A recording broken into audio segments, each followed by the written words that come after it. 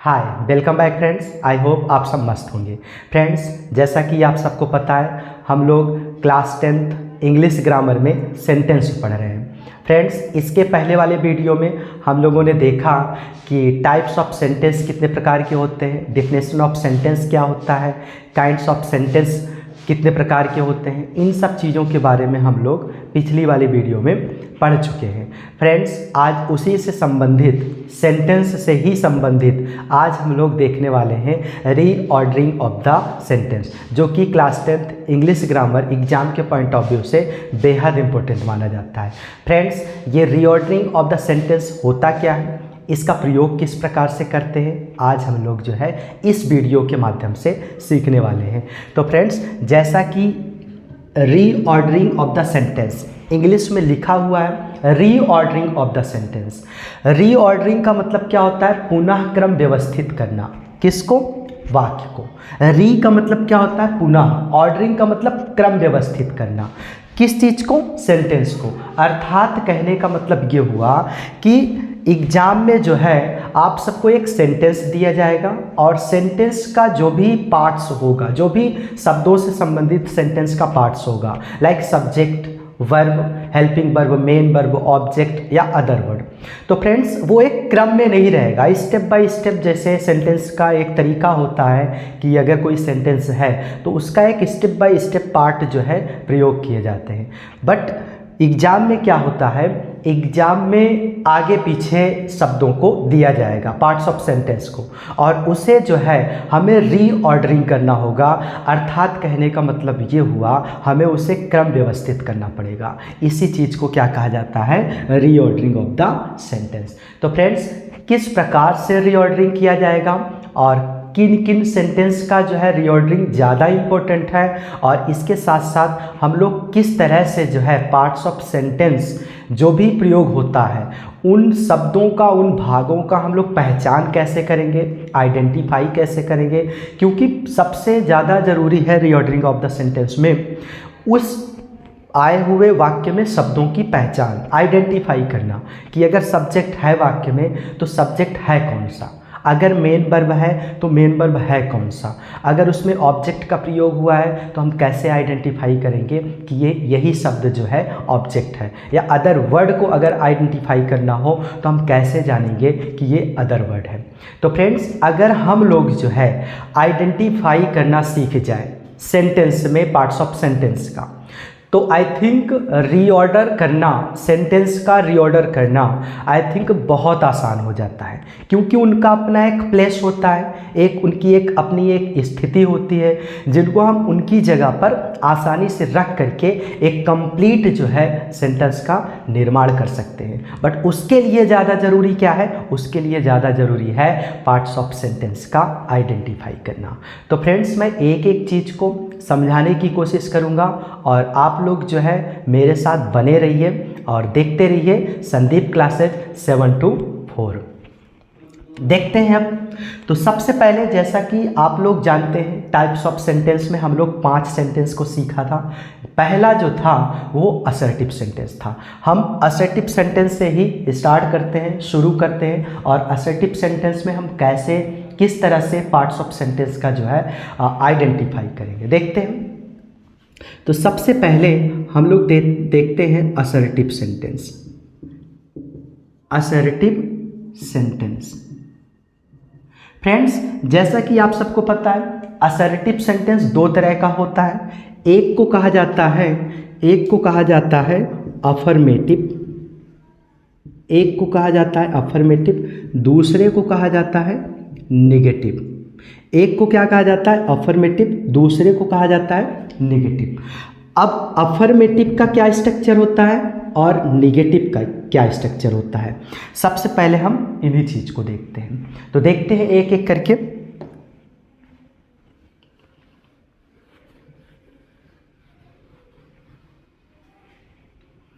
सबसे पहले अफर्मेटिव।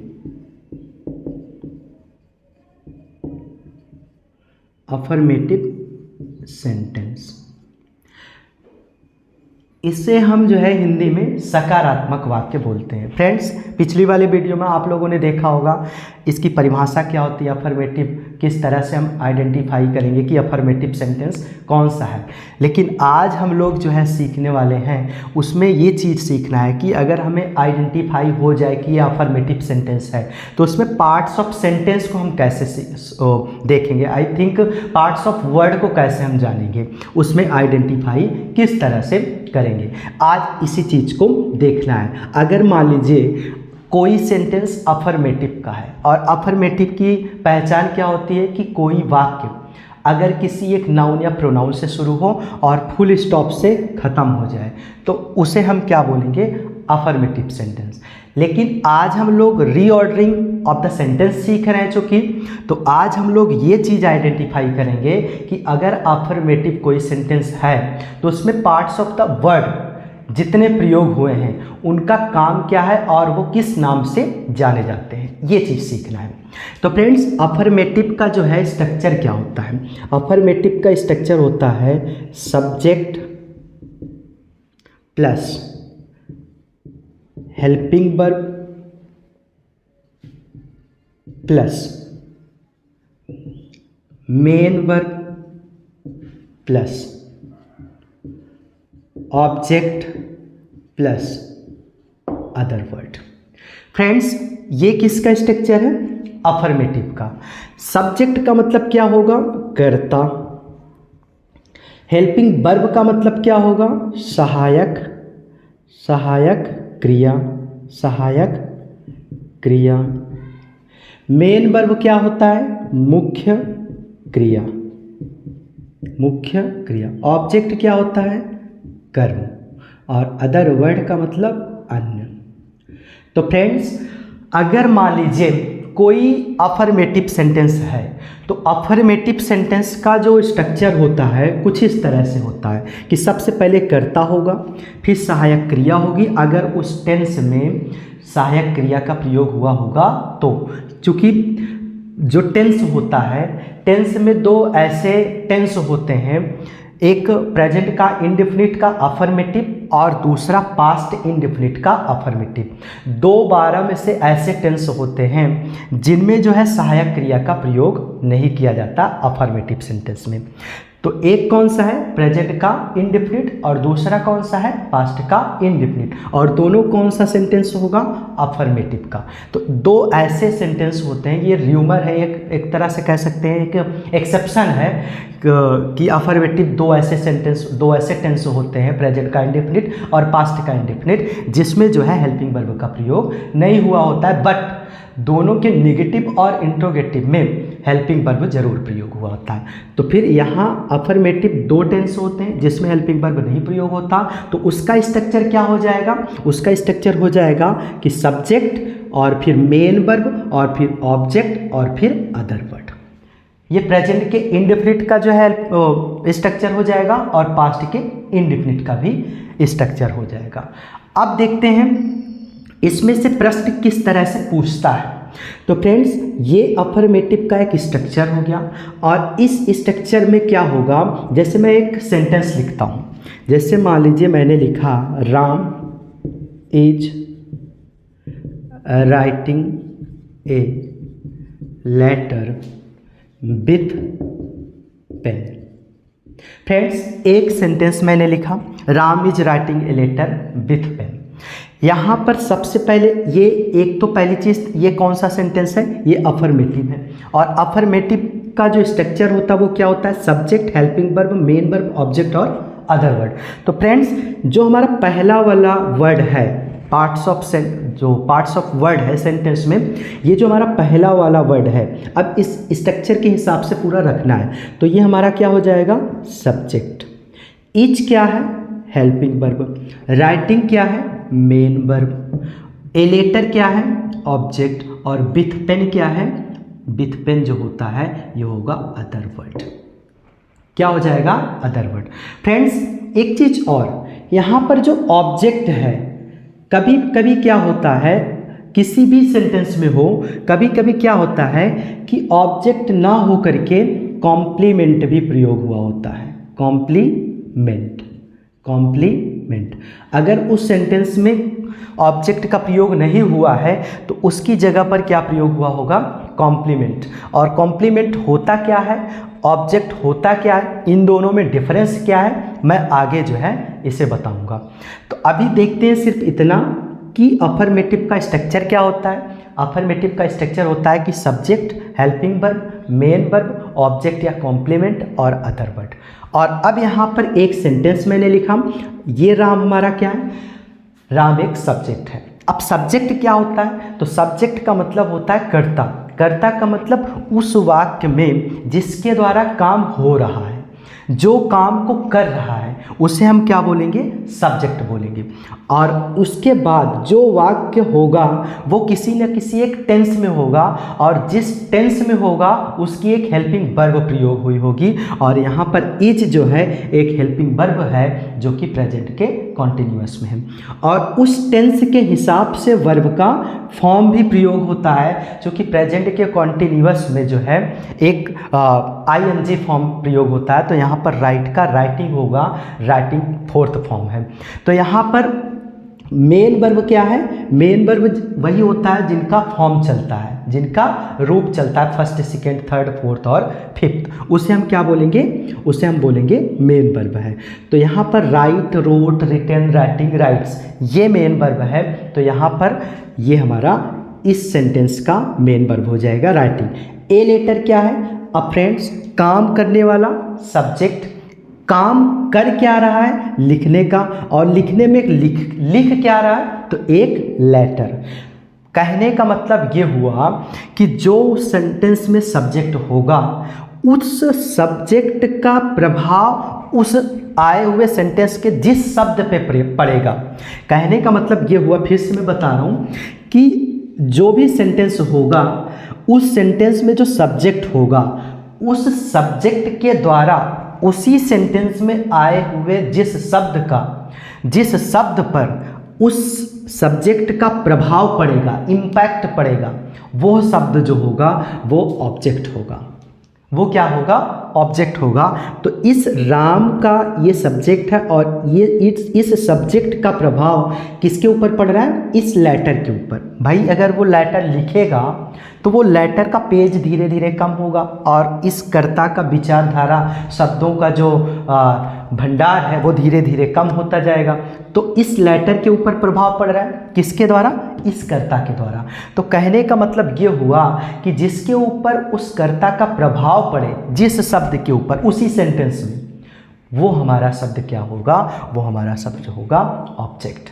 और अगर उस शब्द पर प्रभाव नहीं पड़ रहा है तो वो होगा हमारा कॉम्प्लीमेंट। मैं ये भी बताऊंगा आगे चल करके कि दोनों में डिफरेंस क्या होता है, कॉम्प्लीमेंट क्या होता है, ऑब्जेक्ट क्या होता है। फिलहाल के लिए हम लोग अभी यही देखते हैं। उसके बाद इस ऑब्जेक्ट के बाद जो भी शब्द प्रयोग हुआ होता है वो हमारा क्या होता है, अदर वर्ड होता है। वो हमारा क्या होता है, अदर वर्ड होता है। तो यहाँ पर विथ पेन क्या हो जाएगा, अदर वर्ड हो जाएगा। क्यों, क्योंकि विथ पेन से पहले एक हमारा क्या है, प्रेपोजिशन। और अदर वर्ड की एक सिंपल पहचान यही होती है कि अगर वो वाक्य में आया होगा तो किसी नाउन से पहले एक प्रेपोजिशन के साथ आया होगा। प्रेपोजिशन का मतलब like on, at, in, with, among, between, अगर ये सब चीज़ आता है तो समझ लेंगे उसके बाद जो भी नाउन होगा और प्लस वो प्रेपोजिशन, दोनों मिला करके उस सेंटेंस का अदर वर्ड कहलाता है। आई थिंक समझ में आ गया अफर्मेटिव का स्ट्रक्चर क्या होता है और किस तरह से जो है हम इसमें आइडेंटिफाई कर सकते हैं कि सब्जेक्ट क्या होगा, काम करने वाला, उस सेंटेंस में हेल्पिंग वर्ब क्या होगा। हिंदी में जो टेंस होता है, टेंस की जो पहचान होती है, उस पहचान को ही हम जो है हेल्पिंग वर्ब कहते हैं। और वो पहचान जा करके टेंस में, इंग्लिश के वाक्यों में हेल्पिंग वर्ब के रूप में काम करता है। जैसे यहाँ पर इज है, इज जो है एक हेल्पिंग वर्ब है, और काम जो भी कर रहा है, लिखने का कर रहा है, वो हमारा क्या हो जाएगा, मेन वर्ब। और क्या कर रहा है, किसके ऊपर प्रभाव पड़ रहा है, ए लेटर के ऊपर, तो ए लेटर क्या हो जाएगा, ऑब्जेक्ट हो जाएगा। और विथ पेन क्या हो जाएगा फ्रेंड्स, विथ पेन हमारा हो जाएगा अदर वर्ड। आई थिंक आप सबको समझ में आ गया। अब रीऑर्डरिंग में होता क्या है, रीऑर्डरिंग में करना क्या होता है। रीऑर्डरिंग में आपको जो है एग्जामिनर इन शब्दों को आगे पीछे दे देगा। मान लीजिए कुछ इस तरह से, पहले मान लीजिए दे दिया गया विथ पेन, उसके बाद फिर ए लेटर, फिर दे देगा राम, फिर दे देगा इज, फिर दे देगा writing, with pen a letter Ram is writing. तो फ्रेंड्स ये जो है कई पार्टों में डिवाइड कर दिया गया और तुमसे कहा जाएगा कि भाई इसका जो है रीऑर्डर करो, इसे जो है क्रम व्यवस्थित रूप में व्यवस्थित करो, अर्थात इसे स्टेप बाय स्टेप जो जैसे जहाँ जिसका स्थान है, जिसका जहाँ प्लेस है वहाँ पे इसे रखना होगा। तो जब हम एक एक शब्दों को आइडेंटिफाई करना जानते होंगे तो इन्हें जो है उस पर आसानी से हम रीऑर्डरिंग कर सकते हैं। तो जैसे राम हमारा सब्जेक्ट है, उसके बाद एक हेल्पिंग वर्ब, सब्जेक्ट के बाद हेल्पिंग वर्ब लगता है, हेल्पिंग वर्ब लगाएंगे, फिर उसके बाद मेन वर्ब का प्रयोग होता है, फिर उसके बाद एक ऑब्जेक्ट या कॉम्प्लीमेंट का प्रयोग होता है और फिर अंत में अदर वर्ड का प्रयोग होता है। तो इस प्रकार अगर जब हम आइडेंटिफाई करना जान जाएंगे तो हम आसानी से जो है उसे रीऑर्डर कर सकते हैं। तो एक चीज़ ये याद रखना कि जो अदर वर्ड होगा वो किसी ना किसी एक प्रेपोजिशन के साथ आएगा, और कॉम्प्लीमेंट भी जो होता है अगर उसमें by the way other word नहीं आता तो उसमें जो कॉम्प्लीमेंट होगा, कॉम्प्लीमेंट के पहले भी एक प्रेपोजिशन का प्रयोग होता है अगर उसमें अदर वर्ड नहीं होगा तो, और अगर उस सेंटेंस में ऑब्जेक्ट नहीं होता है तो। जैसे मान लीजिए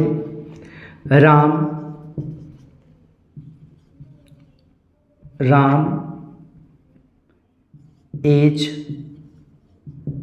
going to market, Ram is going to market. Friends यहाँ पे काम करने वाला कौन है? राम। तो ये सब्जेक्ट इनके हिसाब से क्या आया? इज, एक हेल्पिंग वर्ब, जाना यहाँ पर क्या है? एक मेन वर्ब। अब यहाँ पे टू मार्केट, अब यहाँ पर या तो ये ऑब्जेक्ट होगा या तो कॉम्प्लीमेंट होगा। क्यों? क्योंकि अगर मान लीजिए हेल्पिंग वर्ब और मेन वर्ब दोनों आया है वाक्य में तो उन दोनों के तुरंत बाद या तो एक ऑब्जेक्ट होगा या तो एक कॉम्प्लीमेंट होगा। मैं फिर से रिपीट कर रहा हूँ, अगर कोई इंग्लिश का वाक्य है उस वाक्य में हेल्पिंग वर्ब और मेन वर्ब दोनों प्रयोग हुआ है तो उसके तुरंत बाद ही या तो ऑब्जेक्ट आएगा या तो कॉम्प्लीमेंट आएगा। बट कंडीशन है, अगर वो ऑब्जेक्ट होगा तो उस मेन वर्ब के तुरंत बाद कोई प्रेपोजिशन नहीं आएगा। अगर मेन वर्ब के तुरंत बाद कोई प्रेपोजिशन आ जाए तो प्रेपोजिशन के बाद जो भी नाउन आएगा तो उस प्रेपोजिशन के साथ वाले पूरे शब्द को हम कॉम्प्लीमेंट कहेंगे। क्या कहेंगे? कॉम्प्लीमेंट। कॉम्प्लीमेंट तभी आएगा जब उसके साथ एक प्रेपोजिशन होगा, अर्थात प्रेपोजिशन के बाद एक नाउन प्रयोग हुआ होगा। तो टू मार्केट हमारा यहाँ पर क्या हो जाएगा? कॉम्प्लीमेंट हो जाएगा। क्यों? क्योंकि यहाँ पर मेन वर्ब के तुरंत बाद है और मेन वर्ब के तुरंत बाद या तो कॉम्प्लीमेंट आएगा या तो ऑब्जेक्ट आएगा। अगर मेन वर्ब के तुरंत बाद कोई एक नाउन आ जाए सीधा सीधा बगैर प्रेपोजिशन के तो वो हमारा ऑब्जेक्ट होगा। बट अगर मेन वर्ब के बाद एक प्रेपोजिशन आ जाए फिर नाउन आए तो वो हमारा क्या हो जाएगा? कॉम्प्लीमेंट आ जाएगा। आई थिंक आप सबको समझ में आ गया। और इस कॉम्प्लीमेंट का प्रभाव उस सब्जेक्ट के ऊपर बिल्कुल नहीं पड़ता। जैसे Ram is going to market, Ram is going to market. अब राम चाहे किसी भी जगह पे जाए, अब मार्केट जा रहा है तो मार्केट के ऊपर राम का बिल्कुल प्रभाव नहीं पड़ने वाला, उस मार्केट के ऊपर बिल्कुल भी प्रभाव नहीं पड़ेगा। या ऐसे नहीं हो सकता है कि हाँ राम अगर जा रहे हैं तो मार्केट बड़ा हो जाएगा, या राम अगर नहीं जा रहे हैं तो मार्केट छोटा हो जाएगा। मार्केट के ऊपर बिल्कुल भी जो है प्रभाव नहीं पड़ेगा, और जब प्रभाव नहीं पड़ेगा वो हमारा कॉम्प्लीमेंट होगा, और अगर प्रभाव पड़ रहा है सब्जेक्ट के द्वारा वो हमारा ऑब्जेक्ट होगा। आई थिंक ये डाउट क्लियर हो गया कि कॉम्प्लीमेंट क्या होता है और ऑब्जेक्ट क्या होता है, दोनों में डिफरेंस क्या होता है। तो अब हम लोग आगे बढ़ते हैं अफर्मेटिव के बाद negative.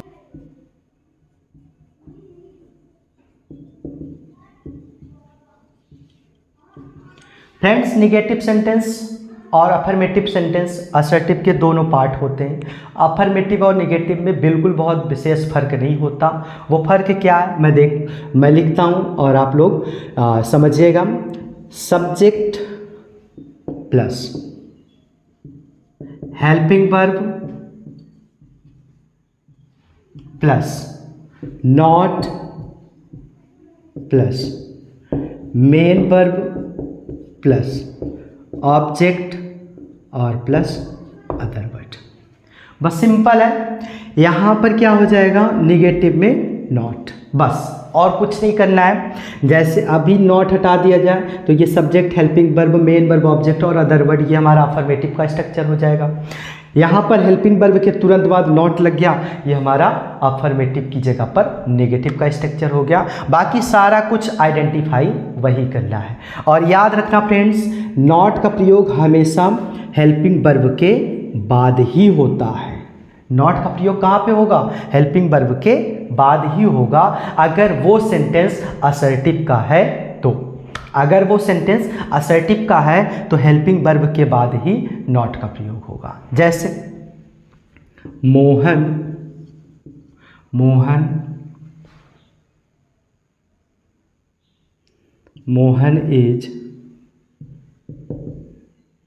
Is not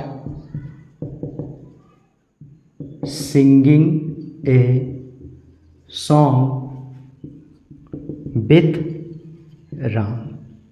Mohan Ram के साथ एक गीत नहीं गा रहा है। यहाँ पर मोहन सब्जेक्ट हुआ, इज हेल्पिंग वर्ब हुआ और इसके तुरंत बाद क्या है, नॉट आ गया। और ये सिंगिंग क्या है, सिंगिंग हमारा जो है मेन वर्ब है। ए सॉन्ग हमारा क्या है, एक ऑब्जेक्ट है, क्योंकि इसके मेन वर्ब के तुरंत बाद वो शब्द आया और प्रेपोजिशन का प्रयोग नहीं है। अगर सिंगिंग के बाद अर्थात मेन वर्ब के तुरंत बाद अगर एक प्रेपोजिशन आया होता तो वो हमारा कॉम्प्लीमेंट होता, बट सिंगिंग के तुरंत बाद एक नाउन आया है तो ये सॉन्ग, तो ये हमारा क्या हो जाएगा, ऑब्जेक्ट। और विथ राम, और इस ऑब्जेक्ट के तुरंत बाद जो आता है वो हमारा अदर वर्ड होगा। तो ये कुछ इस तरह से निगेटिव का सेंटेंस हो जाएगा और ये स्ट्रक्चर हो जाएगा निगेटिव सेंटेंस का। अफर्मेटिव और निगेटिव में बहुत विशेष फर्क नहीं है। अब देखते हैं इस असर्टिव सेंटेंस के बाद इंट्रोगेटिव सेंटेंस।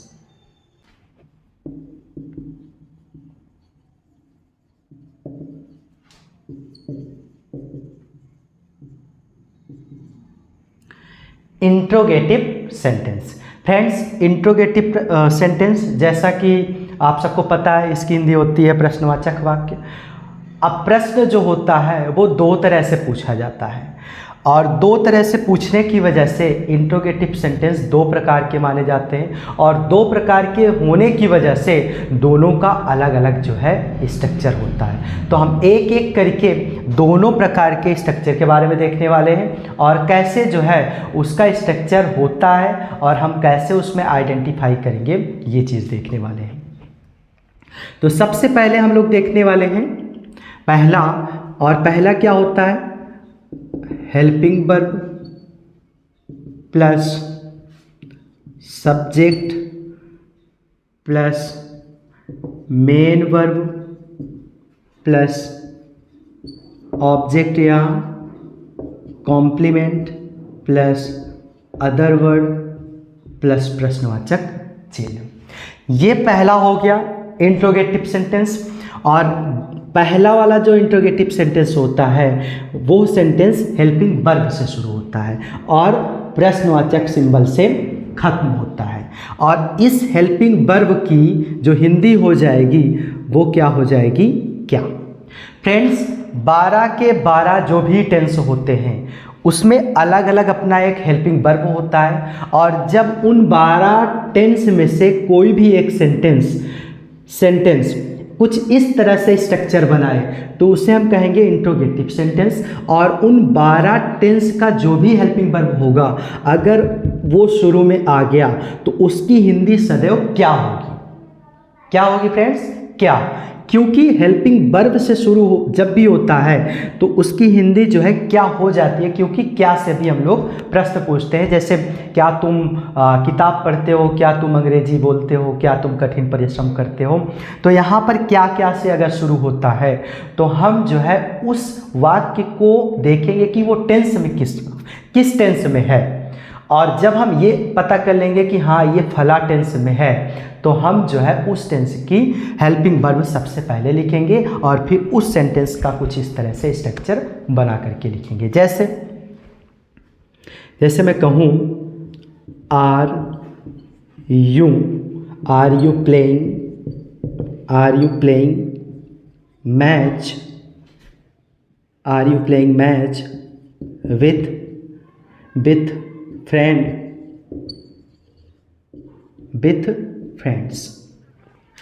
एक सेंटेंस है और मैंने लिखा are you playing match with friends. क्या तुम, अब यहाँ फ्रेंड्स क्या है, आर एक हेल्पिंग वर्ब है जैसा कि स्ट्रक्चर में लग रहा है। हेल्पिंग वर्ब से शुरू हुआ तो इसकी हिंदी क्या हो जाएगी, क्या तुम मैच खेल रहे हो विथ फ्रेंड्स, अपने दोस्त के साथ। क्या तुम अपने दोस्त के साथ मैच खेल रहे हो। तो यहाँ पर प्रश्न इंट्रोगेटिव का है, क्या से पूछा जा रहा है, तो इसलिए जो है इस सेंटेंस का स्ट्रक्चर कुछ इस हिसाब से हो जाएगा अगर कोई हिंदी का वाक्य क्या से शुरू होता है तो जब भी हिंदी का वाक्य क्या से शुरू होगा तो वो सबसे पहला काम ये करना है कि देखना ये है कि वो वाक्य किस टेंस में है। तो जब ये पता चल जाए कि ये वाक्य इस टेंस में है तो उस टेंस का हेल्पिंग वर्ब उस क्या के अर्थ में सबसे पहले लिखेंगे और फिर उसके बाद क्या हो जाएगा, सब्जेक्ट। तो यहाँ पर यू क्या है, सब्जेक्ट, और फिर मेन वर्ब क्या है, प्लेइंग, और फिर ऑब्जेक्ट इसलिए ये है और मैच यहाँ पर ऑब्जेक्ट ही है। क्यों, क्योंकि प्लेइंग एक मेन वर्ब और इसके तुरंत बाद एक वर्ड आया है और ये ऑब्जेक्ट माना जाएगा। अगर प्लेइंग के तुरंत बाद एक प्रेपोजिशन आया होता तो ये कॉम्प्लीमेंट होता, बट प्लेइंग के तुरंत बाद मैच आया इसलिए ये क्या है, ऑब्जेक्ट है। और विथ फ्रेंड्स ये हमारा क्या हो जाएगा, अदर वर्ड, और अंत में क्या लग गया, साइन ऑफ इंट्रोगेशन। तो फ्रेंड्स इंट्रोगेटिव का कुछ इस तरह से जो है स्ट्रक्चर होता है अगर हिंदी का वाक्य क्या से शुरू हो तो इसमें क्या होगा फ्रेंड्स, आगे पीछे आपको दे दिया जाएगा और जब आगे पीछे आपको दे दिया जाएगा तो कुछ इस तरह से जो है हमें बनाना पड़ेगा। तो आई थिंक ये समझ में आ गया। अब इंट्रोगेटिव का जो है दूसरा टाइप कैसे होता है ये चीज़ देखते हैं। WH word plus helping verb plus subject plus main verb plus object यहाँ कॉम्प्लीमेंट, ऑब्जेक्ट यहाँ कॉम्प्लीमेंट प्लस अदर वर्ड और प्लस प्रश्नवाचक सिंबल। तो इंट्रोगेटिव का ये दूसरा वाला टाइप है और इस टाइप का कुछ इस प्रकार से स्ट्रक्चर होता है। दोनों में बहुत विशेष कुछ फर्क नहीं है। अगर क्या से कोई वाक्य शुरू होता है हिंदी का तो हम हेल्पिंग वर्ब से शुरू करेंगे, और अगर उसी हिंदी के वाक्य के बीच में कब, क्यों, कैसे, कहाँ, क्या, कौन, कुछ अन्य इस तरह से जो है प्रश्नवाचक शब्द प्रयोग होते हैं तो उस प्रश्नवाचक शब्द का सबसे पहले हम इंग्लिश में मीनिंग लिखेंगे और फिर पहले वाले स्ट्रक्चर के हिसाब से एज इट इज पूरा सेंटेंस जो है रख देंगे, अर्थात पूरा स्ट्रक्चर उस स्ट्रक्चर के हिसाब से रख देंगे। जैसे तुम मोहन के साथ स्कूल में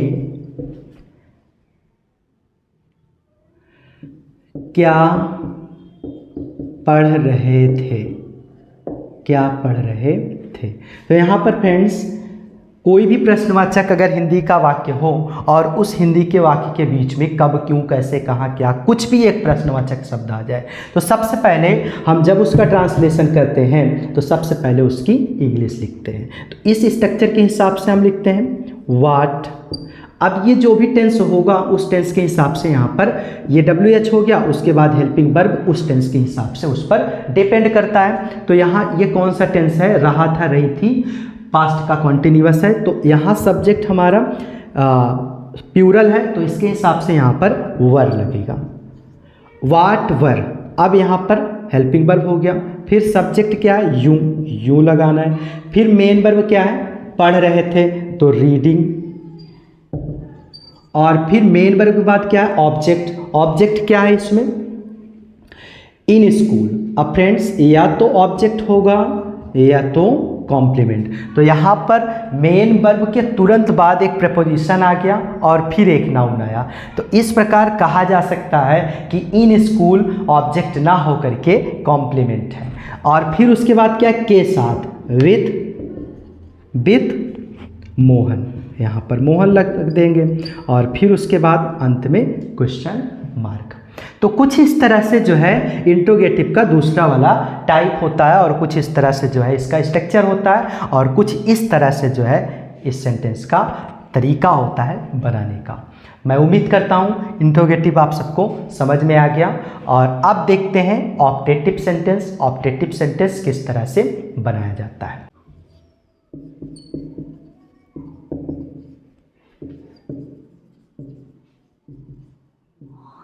ऑप्टेटिव सेंटेंस, इसका स्ट्रक्चर क्या हो जाएगा फ्रेंड्स।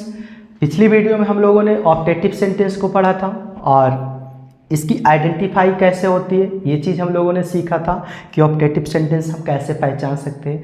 बट आज हम लोग देखने वाले हैं ऑप्टेटिव सेंटेंस का स्ट्रक्चर कैसे होता है।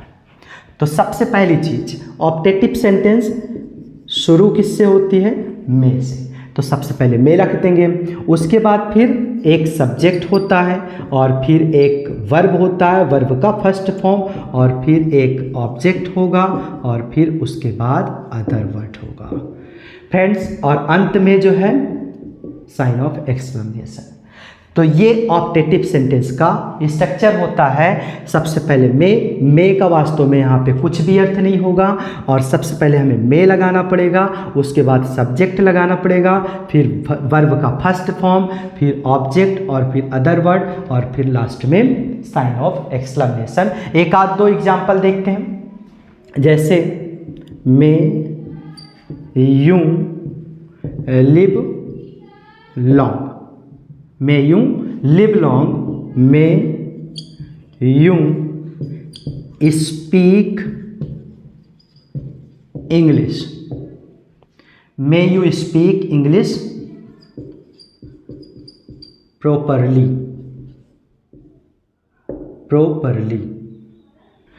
may you speak English। Friends यहाँ सबसे पहले में, फिर उसके बाद सब्जेक्ट, फिर V1 अर्थात मेन वर्ब का फर्स्ट फॉर्म, फिर यहाँ पर ऑब्जेक्ट, और ये जो हमारा होगा अदर वर्ड होगा। इसी तरह इसमें में हमारा पहला वाला वर्ड, उसके बाद फिर सब्जेक्ट, फिर लिव एक वर्ब, लिव लॉन्ग, ये पूरा जो है हमारा एक तरह से क्या हो जाएगा, एक तरह से ये हमारा अदर वर्ड हो जाएगा। क्या हो जाएगा फ्रेंड्स, अदर वर्ड हो जाएगा। तो यहाँ पे सबसे पहले स्ट्रक्चर क्या है, में, subject, V1, object, other word, sign of exclamation. कभी कभी क्या होता है, वर्ब ना प्रयोग होकर के डायरेक्ट अदर वर्ड का भी प्रयोग होता है। तो कुछ इस तरह से जो है ऑप्टेटिव सेंटेंस की पहचान होती है, और कुछ इस तरह से ऑप्टेटिव सेंटेंस का स्ट्रक्चर होता है। और आई होप आप सबको ये स्ट्रक्चर समझ में आ गया। अब देखते हैं इसके बाद इंपरेटिव सेंटेंस का स्ट्रक्चर।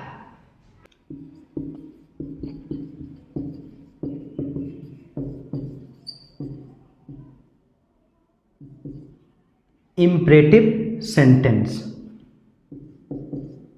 Imperative sentence. अब इसमें क्या होता है, इसका स्ट्रक्चर जैसा कि इम्परेटिव सेंटेंस पिछली वीडियो में हम लोगों ने देखा था, आदेशात्मक वाक्य, और इसका स्ट्रक्चर क्या होता है, V1 plus object, V1 plus object और फुल स्टॉप। ये इम्परेटिव सेंटेंस का स्ट्रक्चर होता है। इम्परेटिव में जो है आदेश दिया जाता है, आदेश लिया जाता है। अगर कुछ इस तरह से जो है प्रयोग होता है सेंटेंस, या कुछ इस तरह से कोई भाव निकल रहा है, तो हम कहेंगे वो सेंटेंस कौन सा है, इम्परेटिव है। और इसमें जो है सब्जेक्ट नहीं होता, अर्थात ना के बराबर होता है। इसमें इकलौता एक सब्जेक्ट प्रयोग होता है जो कि यूं होता है, और वो हमेशा हाइड रहता है, अर्थात छिपा रहता है। उसका सिर्फ एक भाव, एक सेंस, एक मतलब निकलता है बस। तो कुछ इस तरह से इंपरेटिव सेंटेंस का स्ट्रक्चर होता है, like read the book, read the book, open your book, open your book. Friends, imperative भी दो तरह का होता है, एक अफर्मेटिव और एक नेगेटिव। अगर जो है कुछ इस तरह से हो V1 प्लस ऑब्जेक्ट, तो उसे हम कहेंगे अफर्मेटिव सेंटेंस, अफर्मेटिव। और अगर मान लीजिए यहीं पर होता कुछ इस तरह से, डू नॉट प्लस V1 और प्लस ऑब्जेक्ट, फिर इसे हम कहते हैं, ये हमारा क्या हो जाता, ये हमारा हो जाता निगेटिव। ये क्या हो जाता, निगेटिव। जैसे do not read the book, do not read the book. Do not एक साथ अगर है तो वो इंपरेटिव का होता है, अगर डू नॉट नहीं है, V1 प्लस ऑब्जेक्ट है, तब भी वो इंपरेटिव का होगा। एक हो जाएगा अफर्मेटिव, एक हो जाएगा नेगेटिव। आई होप समझ में आ गया आप सबको कि सेंटेंस का जो है स्ट्रक्चर किस तरह से होता है। टाइप्स ऑफ सेंटेंस में प्रत्येक सेंटेंस का स्ट्रक्चर हम लोगों ने आज देखा, और किस तरह से इसका स्ट्रक्चर होता है और किस तरह से जो है इस स्ट्रक्चर का निर्माण होता है, और इसमें हम आइडेंटिफाई कैसे करेंगे, इन चीज़ों को आज हम लोगों ने देखा। फ्रेंड्स, एक डाउट और रह गया है, उसे भी हम लोग जो है क्लियर कर दे रहे हैं, और उस डाउट को क्लियर करने के बाद I hope reordering of the sentence हमारा एकदम आसान हो जाएगा, और फिर जो है हम लोग आसानी से सेंटेंस को रीऑर्डर कर सकते हैं। My, our,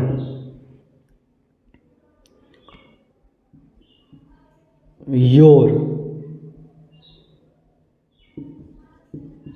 there, his, her, its. Friends, ये क्या है, ये जो है पॉजेसिव प्रोनाउन है। ये क्या है, पॉजेसिव प्रोनाउन है। अब इनका काम क्या होता है फ्रेंड्स, इनका काम है कि जब भी ये वाक्य में प्रयोग होंगे तो इनके तुरंत बाद जो है एक नाउन का प्रयोग जरूर हुआ होगा। After these words always use a noun. It means to say, ये वाक्य में कभी भी अकेले नहीं आते। जब भी इनमें से किसी भी एक पॉजेसिव प्रोनाउन का प्रयोग होगा तो इनके तुरंत बाद जो है एक नाउन जरूर आया होगा, और जब वो नाउन प्रयोग होता है तो वो उसके साथ या तो वाक्य में सब्जेक्ट के रूप में आएगा या तो ऑब्जेक्ट के रूप में आएगा। और ये फिर क्या होता है, तब इसे हम सब्जेक्ट जब भी मानेंगे तो ये सिंगुलर में होगा। अर्थात अगर माई के साथ कोई नाउन आ जाए, जैसे my father, my brother, my mother, तो ये हमारा सिंगुलर सब्जेक्ट माना जाएगा या फिर ऑब्जेक्ट माना जाएगा। उसी तरह से अगर होता our parents, our brother, our mother, तब भी वो सब्जेक्ट या ऑब्जेक्ट के रूप में माना जाएगा। और फिर अगर सब्जेक्ट के रूप में माना जाता है तो वो क्या होगा, सिंगुलर होगा। उसी तरह से योर का भी है, डियर का भी है, हिज का भी है, हर का भी है और इट्स का भी है। ये सारे शब्द पॉजेसिव प्रोनाउन होते हैं, और इन शब्दों के तुरंत बाद एक नाउन जरूर आता है, और जब ये नाउन के साथ प्रयोग हो जाता है तो वाक्य में या तो वो सब्जेक्ट होता है या तो फिर ऑब्जेक्ट होगा। सब्जेक्ट की आइडेंटिफाई हम लोग कर चुके हैं कि हेल्पिंग वर्ब के तुरंत पहले होता है और फिर वो हमारा सब्जेक्ट हो जाएगा। और अगर ऑब्जेक्ट की आइडेंटिफाई करनी है तो वो मेन वर्ब और हेल्पिंग वर्ब के तुरंत बाद होता है, और जिसका इम्पैक्ट सब्जेक्ट के द्वारा पड़ता हो तो वो हमारा क्या हो जाता है, ऑब्जेक्ट हो जाता है। तो ये जो है ऑब्जेक्ट के रूप में इनके साथ जब नाउन का प्रयोग हुआ होगा तभी ये आएगा वाक्य में, और जब इस प्रकार से इन शब्दों का प्रयोग होगा तो ये जो है या तो सब्जेक्ट के रूप में आएगा या तो फिर ऑब्जेक्ट के रूप में आएगा। इसे हम जो है अकेले सेंटेंस में कभी नहीं लिखते हैं। आई होप समझ में आ गया।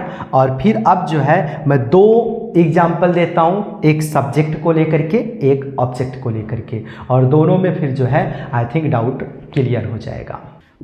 माई brother is reading the Ramayan. My brother is reading the Ramayana. I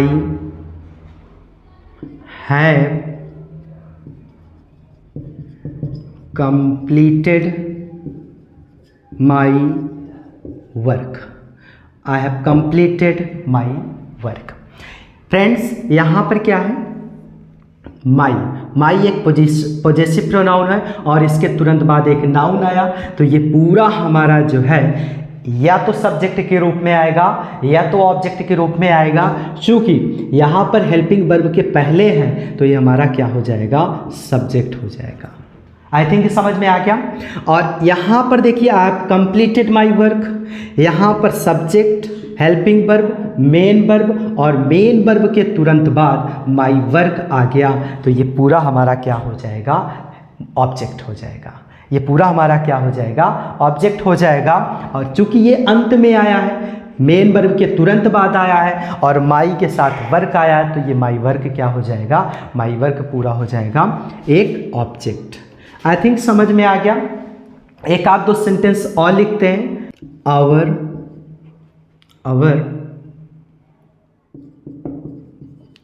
Elder brother is a teacher. Our elder brother is a teacher. और यहाँ पर this is our college. This is our college. Friends, यहाँ our elder brother, ये पूरा यहाँ पर अवर के बाद एक एडजेक्टिव के बाद एक नाउन। तो फ्रेंड्स, अगर जब कुछ इस सिचुएशन में हो कि पॉजेसिव आया हो और फिर जो है नाउन और पॉजेसिव के बीच में एक एडजेक्टिव आया हो, तब भी वो पूरा यहाँ पर आवर एल्डर ब्रदर, ये पूरा हमारा एक सब्जेक्ट के रूप में आएगा या फिर एक ऑब्जेक्ट के रूप में आएगा। अगर पॉजेसिव और नाउन के बीच में एडजेक्टिव आता है तो हम पूरे को या तो सब्जेक्ट मानेंगे या तो ऑब्जेक्ट मानेंगे। अब चूंकि यहाँ पर इज से पहले आया है तो यहाँ पर ये पूरा हमारा सब्जेक्ट हो जाएगा। और फिर उसके बाद दूसरा सेंटेंस देखते हैं, दिस इज आवर कॉलेज। यहाँ पर दिस इज आवर कॉलेज, ये आवर अकेले नहीं आया, आवर के तुरंत बाद कॉलेज आया, तो यहाँ पर हमारा ये क्या हो जाएगा, यहाँ पर हमारा हो जाएगा ऑब्जेक्ट। बोलो, बात समझ आ गई? सो फ्रेंड्स, मैं उम्मीद करता हूँ जितने भी डाउट थे रीऑर्डरिंग ऑफ द सेंटेंस से, आज वो क्लियर हो गया। जो भी स्ट्रक्चर से संबंधित था, आइडेंटिफाई करने से संबंधित था, आई थिंक मैंने उसे आज क्लियर कर दिया।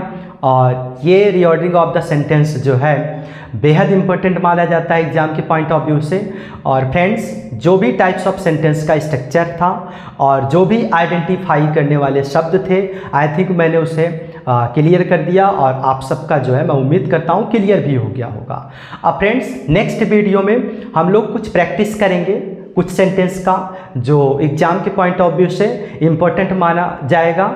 और उन प्रैक्टिस को हम करने के बाद, जहाँ तक मैं समझता हूँ, अगर उन प्रैक्टिस को आप लोग कर लेते हो रीऑर्डरिंग ऑफ द सेंटेंस का, तो जहाँ तक मैं समझता हूँ सारे डाउट जो हैं क्लियर हो जाएंगे और एग्ज़ाम के पॉइंट ऑफ व्यू से वो बहुत ज़्यादा लाभदायक होंगे।